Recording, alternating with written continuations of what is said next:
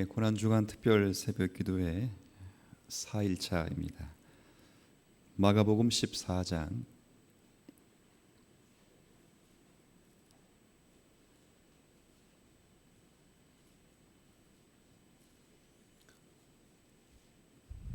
두 문단을 읽겠습니다. 마가복음 14장 27절부터 31절까지, 신약성경 79쪽 마가복음 14장 27절부터 31절까지 우리 함께 봉독해 올리겠습니다. 예수께서 제자들에게 이르시되 너희가 다 나를 버리리라. 이는 기록된 바 내가 목자를 치리니 양들이 흩어지리라 하였음이니라. 그러나 내가 살아난 후에 너희보다 먼저 갈릴리로 가리라. 베드로가 여짜오되 다 버릴지라도 나는 그리하지 않겠나이다. 예수께서 이르시되 내가 진실로 내게 이르노니 오늘 이 밤 닭이 2번 울기 전에 내가 3번 나를 부인하리라. 베드로가 힘있게 말하되 내가 주와 함께 죽을지언정 주를 부인하지 않겠나이다 하고 모든 제자도 이와 같이 말하니라.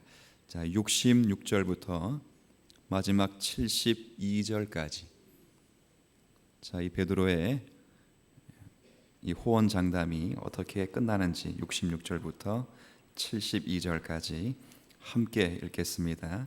베드로는 아랫뜰에 있더니 대제사장의 여종 하나가 와서 베드로가 불 쬐고 있는 것을 보고 주목하여 이르되 너도 나사렛 예수와 함께 있었도다 하거늘 베드로가 부인하여 이르되 나는 내가 말하는 것이 무엇인지 알지도 못하고 깨닫지도 못하겠노라 하며 앞돌로 나갈새 여종이 그를 보고 곁에 서 있는 자들에게 다시 이르되 이 사람은 그 도당이라 하되 또 부인하더라. 조금 후에 곁에 서 있는 사람들이 다시 베드로에게 말하되 너도 갈릴리 사람이니 참으로 그 도당이니라. 그러나 베드로가 저주하며 맹세하되 나는 너희가 말하는 이 사람을 알지 못하노라 하니 닭이 곧 2번째 울더라. 이에 베드로가 예수께서 자기에게 하신 말씀 곧 닭이 2번 울기 전에 내가 3번 나를 부인하리라 하심이 기억되어 그 일을 생각하고 울었더라. 아멘. 이번 고난 주간 예수님께서 마지막 한 주간을 어떻게 보내셨는가 우리가 한번 말씀을 묵상하고 있습니다. 목요일은 특별히 유대 절기로는 유월절 어린 양을 잡는 날입니다. 여기 우리가 읽진 않았지만 오늘 12절부터 14장 마지막 절까지가 전체가 목요일 날 있었던 그 일들입니다. 여기 12절 첫 번째 절에 이렇게 표현되어 있습니다. 무교절의 첫날 곧 유월절 양 잡는 날에 이렇게 되어 있습니다. 그래서 목요일은 유대 전통에게는 양 잡는 날입니다. 내일부터 이제 유월절을 지키게 되는데 양을 잡는 날, 이때 예수님께서는 제자들과 유월절 만찬을 또 하시면서 마지막 식사를 하셨습니다. 이 자리에서 수많은 교훈들을 하시고 친히 제자들의 발을 씻기시며 성찬을 제정하셨습니다. 그리고 가롯 유다의 배신으로 말미암아 또 붙잡히게 되고 공회 앞에 서게 되는, 그리고 베드로의 부인까지가 오늘 목요일에 있었던 그 내용입니다. 오늘 그런 내용 가운데 우리가 두 문단을 함께 읽어보았는데, 앞에 읽은 내용은 제자들 가운데 가장 으뜸인 베드로가 예수님을 부인하게 될 것이다 라고 예고하고 있는 내용이고, 뒷문단은 그 예고가 성취가 되어서 실제로 베드로가 예수님을 부인하게 된 내용입니다. 자, 베드로가 누구냐? 지난 3년 동안 예수님의 사랑을 가장 크게 받은 사람입니다. 마태복음 16장 그 16절 이하에 보면 신앙 고백, 하나님의 은혜 속에서 고백을 하고 나서 주는 그리스도시요 살아계신 하나님의 아들이십니다. 그 고백 이후에 예수님께서는 그 신앙 고백 위에 내가 나의 교회를 세우시겠다라고 말씀을 듣는 아주 큰 영광을 누린 사람입니다. 또 오병이의 기적을 베푸시고 예수님께서 기적 이후에 설교하실 때 사람들이 지루하다, 재미없다, 다 빠져나갈 때 예수님이 제자들에게 묻지요. 너희들도 갈 것이냐? 그렇게 물을 때 베드로가 말하기를 주여 영생의 말씀이 주님께 계신데 우리가 누구에게로 갈 수 있겠습니까? 라고 고백했던 유명한 베드로였습니다.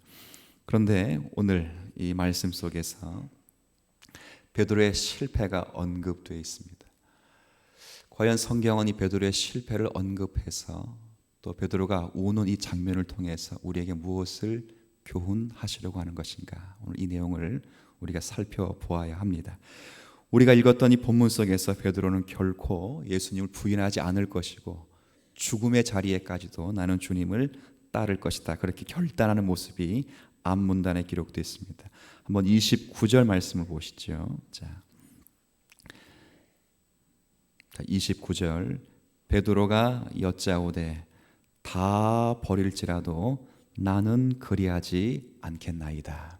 자, 이 말이 왜 나왔냐면 27절에 보면 예수께서 제자들에게 이르시되 너희가 나를 다 버릴 것이다. 왜냐하면 이미 기록된 바대로 스가랴 말씀 속에서 목자를 치게 되면 양들이 흩어지는 것은 당연지사다. 그렇게 얘기했더니 베드로가 그 가운데서 주님, 모든 제자가 다 떠날지라도 저는 떠나지 않겠습니다 라는 결단을 했지요. 그럴 때 30절에 예수님께서 그렇게 장담하지 말아라. 예수께서 이르시되 내가 진실로 너에게 말하는데 오늘 이 밤 닭이 2번 울기 전에 너가 3번 나를 부인할 것이다. 그러니까 베드로가 뭐라 말하냐면 주님, 31절 이제 베드로가 힘있게 말합니다. 힘있게. 이게 이제 여기는 힘있게 말한다 이렇게 되어 있지만 베드로가 예수님께 사람 잘못 봤습니다 이렇게 말하는 겁니다. 당신 저를 잘못 봐도 한참 잘못 본 것입니다. 힘있게 말하되 내가 주와 함께 죽을지언정 주를 부인하지 않겠나이다. 충성을 다짐하죠. 옆에 있는 제자들도 모든 제자도 이와 같이 말하였다 이렇게 되어 있습니다. 자, 그런데 오늘 우리가 뒷부분에 읽은 그 내용은 시간이 몇 시간 지나지 않았습니다. 몇 시간 지나지 않았는데 다시 한번 보죠. 68절. 자, 이제 공회 앞에 서게 되고 그 대제사장의 여종 하나가 멀찌감치 불을 쬐고 있는 베드로를 보면서 이 사람도 예수와 함께 있었던 사람입니다 이렇게 말하자 68절 베드로가 첫 번째 부인하죠. 부인하여 이르되 나는 그 계집 여종이 말하는 말이 무슨 말인지 알지도 못하고 깨닫지도 못하겠다. 저 여종이 무슨 이야기 하는지 난 모르겠다. 나간 거죠. 그리고 다시 여종이 확실하다, 내가 봤다 이렇게 말하니까 70절에 또 부인하더라. 2번째 부인이죠. 조금 후에 곁에 서 있던 사람들이 다시 베드로에게 말하되 너도 갈릴리 사람이라 참으로 그 도당이니라 말하니까 이제 사람들이 다 말하니까 계집 여종이 아닙니다. 사람들이 저 사람 베드로 예수와 함께 있던 사람이 맞습니다 이렇게 말하니까 마지막 3번째 부인. 그러나 베드로가 무엇하며 맹세했다고요? 저주하며. 예수를 저주하고 자신의 어떤 명예를 위해서라도 맹세하되 하나님의 이름을 들먹거리며 맹세하되 나는 너희가 말하는 이 사람을 알지 못하노라. 자, 그런데 72절. 자, 다시 한번 우리 말씀 읽어볼게요. 닭이 곧 2번째 울더라. 이에 베드로가 예수께서 자기에게 하신 말씀 곧 닭이 2번 울기 전에 내가 3번 나를 부인하리라 하심이 기억되어 그 일을 생각하고 자, 그 다음 뭐 했다고요? 울었더라. 자, 오늘 이 말씀 속에서 베드로가 마침에, 물론 누가복음이나 다른 복음서에 보면 울었더라 이렇게 되어 있지 않고 심히 통곡하였더라 이렇게 되어 있습니다. 왜 베드로가 이렇게 울 수밖에 없고 통곡할 수밖에 없었는가? 오늘 본문은 그 이유입니다. 분명히 여기 72절 마지막에 그 일이 생각나기 때문에 울었습니다.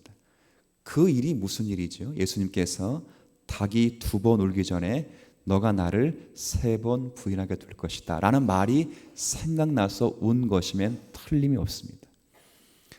그런데 당연히 그 팩트, 그 사실 때문에 울었다면 예수님이 잘 맞췄기 때문에 운 것밖에 되지 않습니다. 근데 베드로는 사실 그 내면에 예수님이 하신 말씀이 맞아서 운 것이지만 그 내면에는 예수님의 어떠하심 때문에 운 것입니다. 오늘 본문은 이것을 우리에게 가르쳐주고 있습니다.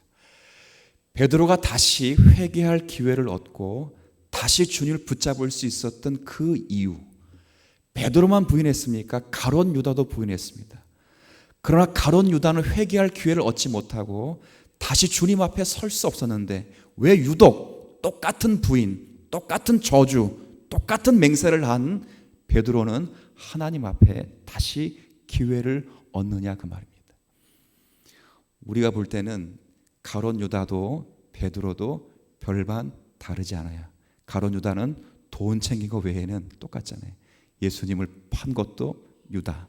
그런데 베드로도 여기 보면 팔았지요. 판 정도가 아니라 무엇하면 맹세했다고요? 저주. 유다는 저주 안 했어요. 그냥 몰래 그냥 샤바샤바 해가지고 그냥 팔았지만 베드로는 바로 예수 앞에서 예수를 저주하고 하나님께 맹세까지 하고 그렇게 예수님을 판 거지요. 그런데 왜 베드로에게 특별한 은총과 특별한 기회가 생기는가? 단지 예수님이 하신 그 말씀이 생각나서 잘 맞추어서 베드로가 운 것이 아니라 예수님의 어떠하심 때문에 운 거지. 오늘 이 중간에 어떤 일들이 있는가? 여기 있는 말씀보다 조금 상세히 소개된 누가복음 말씀을 한번 읽어보죠. 누가복음 22장으로 한번 가 보십시오. 누가복음 22장입니다.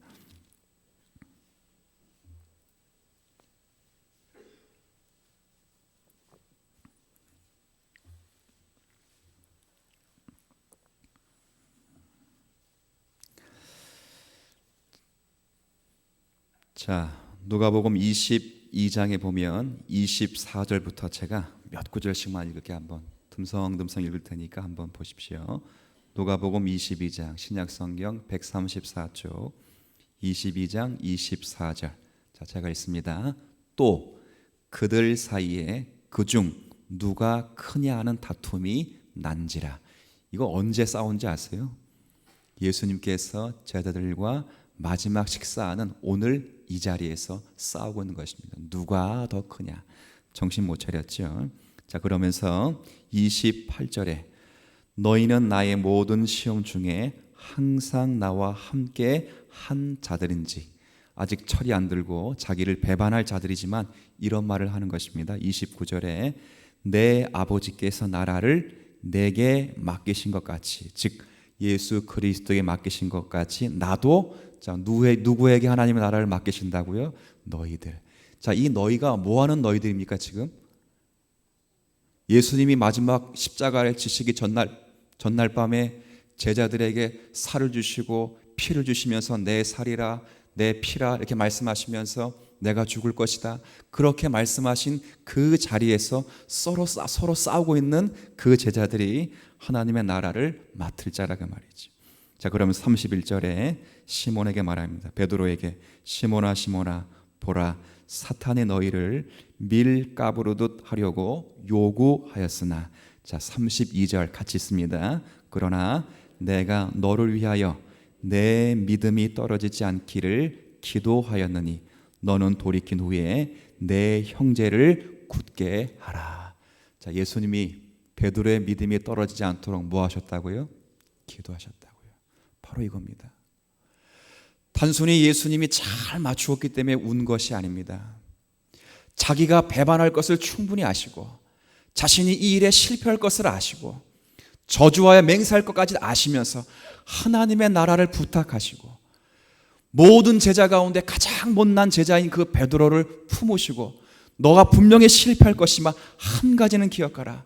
그러나 나는 너를 용서할 것이고 내 나라에 너를 세워 하나님의 나라를 맡겨 충성된 일꾼으로 세울 것이니 비록 내가 실패하여 나를 저주하여 원망들 그 자리에 있을지라도 넘어지지 말고 다시 일어나여 내 나라를 네가 맡아 감당하라. 그거죠. 그 사랑을 확인했던 거죠. 이게 놀랍습니다. 우리가 십자가 이야기하면 십자가는 우리의 능력이 없음을 보여주고 무지하다 그랬습니다. 지금 모든 제자가 다 실패합니다. 그 제자 가운데 누구도 실패하냐면 베드로조차도 실패하는 것입니다. 그러나 하나님께서는 예수 그리스도의 능력 가운데 베드로를 붙잡고 계시는 거죠. 자, 제가 이렇게 물어보지요. 그럼 가룟 유다에게는 예수님이 이 말씀을 하셨을까요? 안 하셨을까요? 안 하셨지요. 베드로가 이 가룟 유다보다 더 나아서 하나님의 나라의 수장이 되거나 하나님의 말씀을 맡은 자가 되는 것이 결코 아닌 것입니다. 베드로가 다른 제자보다 더 믿음이 좋고 더 지식이 많고 하나님을 더 열심히 사랑했기 때문에 그런 자리에 있는 것이 아니라 하나님께서 그리스도 예수 안에서 베드로를 붙잡고 계시기 때문에 베드로가 베드로의 사명을 감당하고 있는 것이죠. 바로 베드로는 그 은혜를 깨달은 것입니다. 단순히 예수님이 자기를 부인할 것을 잘 맞추었기 때문에 베드로가 그것이 생각나서 운 것이 아니라 자기가 예수를 부인하고 떠나고 저주할 것을 아심에도 불구하고 나의 믿음이 떨어지지 않도록 하시기 위하여 기도하시고 격려하시고 세우셔서 다시 주님 품으로 돌아오시도록 하시기 위한 하나님의 크신 은혜를 발견한 것입니다. 이 베드로는 여기에 뒤집어진 것입니다. 그래서 심히 통곡하고 다시 한번 주님의 말씀을 붙잡게 되는 것입니다. 이 말씀을 우리 가운데 한번 이 시대에 생각을 해보지요. 저와 여러분도 베드로와 별반 다르지 않을 사람입니다. 우리는요 지금 편하고 그리고 보편적으로 이성이 합리적으로 발동되는 동안에는 절대 여러분도 예수님 떠나지 않습니다. 저도 그렇고 여러분도 그렇고 예수님 생각, 예수님의 기도, 예수님의 은혜, 사랑. 그런데 어떤 위급한 기간 그리고 또 긴박한 시간 그리고 어떤 기회가 있을 때 찰나가 있을 때 혹 그때는 하나님 예수님 그런 은혜 그 지혜보다는 때론 나의 생각, 나의 지혜, 나의 성공을 위하여 주님의 은혜를 망각할 때가 많습니다. 그럼에도 불구하고 우리가 하나님 앞에서 은혜롭게 다시 주님의 자녀답게 살아갈 수 있는 모든 이유는 지금도 살아계신 예수 그리스도가 저와 여러분을 위하여 중보하시기 때문에 그런 것입니다. 이 말씀을 로마서 말씀으로 한번 확인하시고 말씀을 좀 마무리하도록 하죠. 로마서 8장입니다.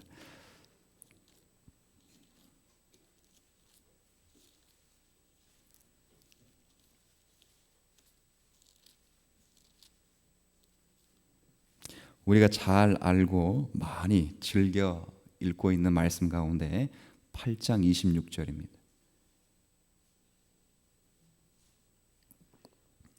8장 26절.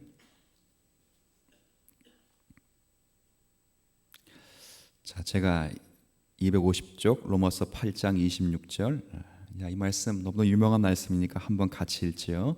이와 같이 성령도 우리의 연약함을 도우시나니 우리는 마땅히 기도할 바를 알지 못하나 오직 성령이 말할 수 없는 탄식으로 우리를 위하여 친히 간구하시니라.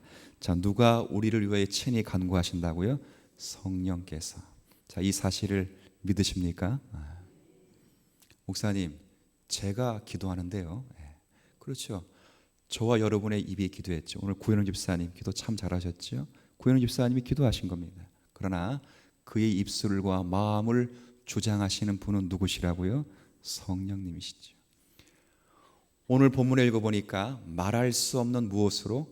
탄식으로 우리를 위해 기도하시죠. 왜 말할 수 없는 탄식입니까? 여러분, 앞의 내용을 한번 잘 보시면 재밌는 말씀이 있습니다. 22절 23절에 보면 8장 22절 23절 피조물이 다 이제까지 함께 탄식하며 함께 고통을 겪고 있는 것을 우리가 안다. 자, 그런데 그뿐 아니라 또한 우리 곧 성령의 처음 익은 열매를 받은 우리까지도, 제가 묻습니다. 이 우리가 구원받은 우리입니까? 구원받지 못한 우리입니까? 구원받은 우리예요.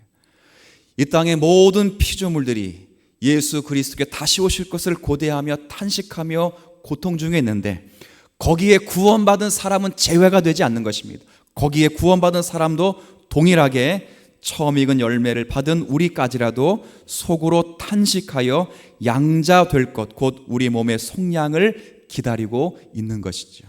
그렇죠. 예수 믿는다고 해서 제가 늘 이야기하지만 여러분, 이런 꿈은 좀 버렸으면 좋겠어요.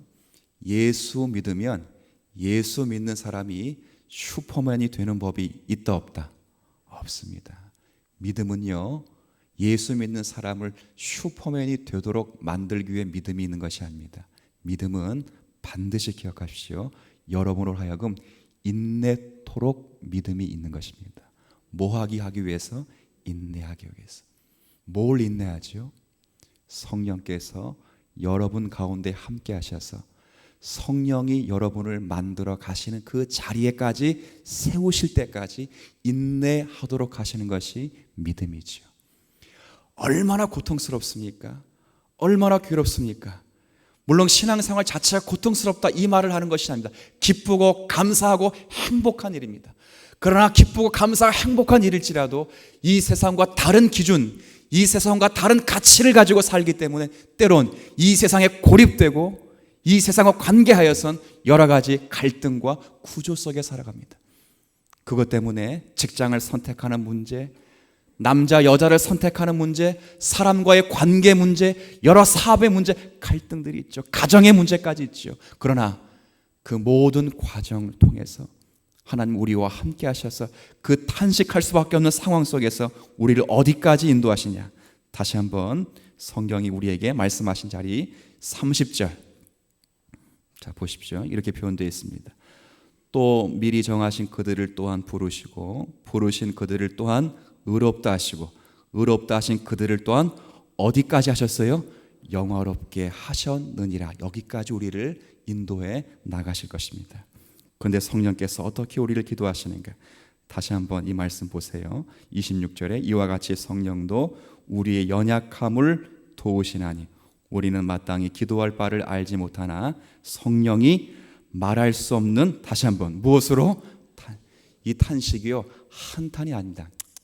저것밖에 못해 이것이 아니라 성령께서 저와 여러분을 위하여 우신다 그 말입니다. 우신다.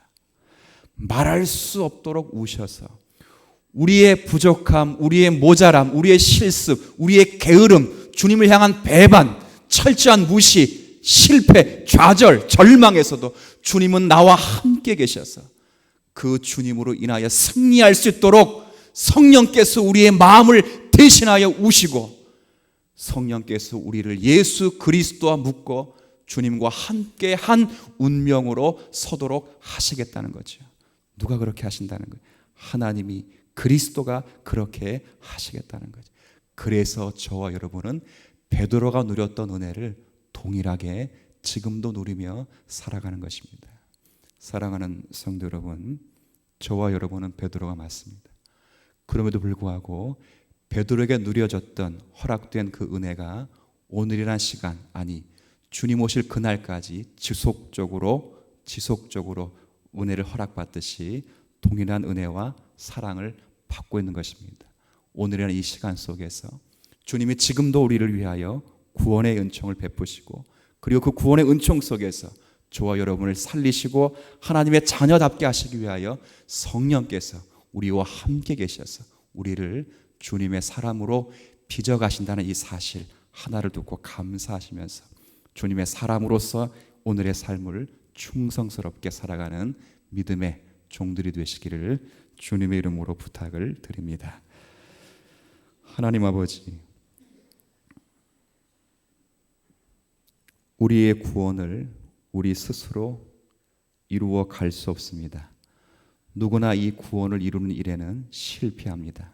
거기에는 제자들 중에 으뜸인 베드로의 실패가 있었습니다.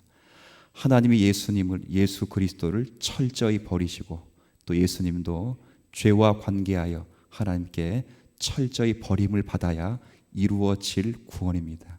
거기에는 사람들이 낄 여력이 없고 인간의 공로가 자리 잡고 있을 자리가 없습니다. 그럼에도 불구하고 실패하고 넘어진 베드로를 긍휼히 여겨서 그에게 은혜를 베푸신 하나님의 은혜는 지금도 지속적입니다. 성령께서 우리 마음에 좌정하셔서 우리를 위하여 기도하시고 말할 수 없이 탄식하시며 우리를 주님의 자녀로 세우시는 은혜는 오늘 이 시간도 지속되고 있습니다. 이 은혜를 받은 우리 모두가 우리를 묶어 사랑하신 하나님의 사랑에서 그 어떤 것도 끊어낼 수 없음을 기억하게 하시고 하나님의 그 사랑 집중하며 그 사랑에 감사하며 예수 그리스도를 바라보며 오늘이란 시간을 살아낼 수 있도록 긍휼과 자비를 더하여 주옵소서. 오늘 하나님 기도하는 종들을 은혜 가운데 세우셔서 저들의 기도에 선한 열매가 있게 하여 주옵시고 때론 고통과 어려움 중에 주님을 호소하고 기도할 때 저들의 마음에 쉼과 평안함을 허락하시사 하나님의 은혜와 사랑을 마음으로 깨닫는 시간이 되게 하여 주옵시고 나라와 민족과 교회를 위해 기도하고 특별히 병역자와 연약한 성도를 위해 기도할 때 저희들의 간구의 힘이 역사의 힘이 되어서 주님의 뜻을 이루어 가도록 권능을 덧입혀 주옵소서. 오늘이라는 시간 충실히 살아 하나님께 영광이 되게 하시고 많은 자들에게는 유익을 끼치는 복된 하루가 되게 하여 주옵소서. 예수님의 이름으로 기도 올리옵나이다. 아멘. 하늘에 계신 우리 아버지, 아버지의 이름을 거룩하게 하시며 아버지의 나라가 오게 하시며 아버지의 뜻이 하늘에서와 같이 땅에서도 이루어지게 하소서. 오늘 우리에게 일용할 양식을 주시고 우리가 우리에게 잘못한 사람을 용서하여 준 것 같이 우리 죄를 용서하여 주시고 우리를 시험에 빠지지 않게 하시고 악에서 구하소서. 나라와 권능과 영광이 영원히 아버지의 것입니다. 아멘.